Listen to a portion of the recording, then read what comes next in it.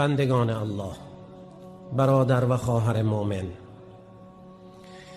قدر بزرگان و علمای خود را بدانیم. امشب در غیاب استاد ما سخن میگیم. مردی خستگی ناپذیر روز اول که برنامه خود را شروع کرده بود، خیلی ها از اونهایی که لباس سفید به تن داشتند میگفتند این مرد دوام نخواهد آورد. با این حجم سنگین کار نمی شود ادامه داد، ولی او ثابت کرد که می شود. درود و سلام خداوند بر او باد. و ما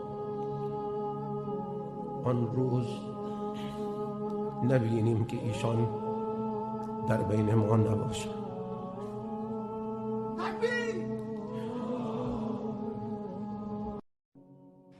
بارالله او را سالم و تندرست و پایدار بدار.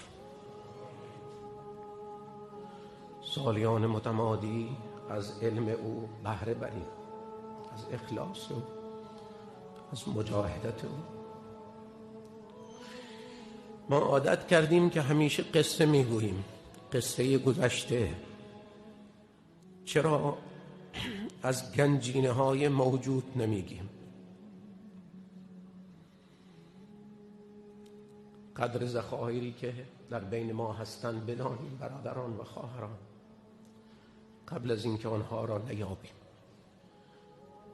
استاد را در نظر بگذارانید.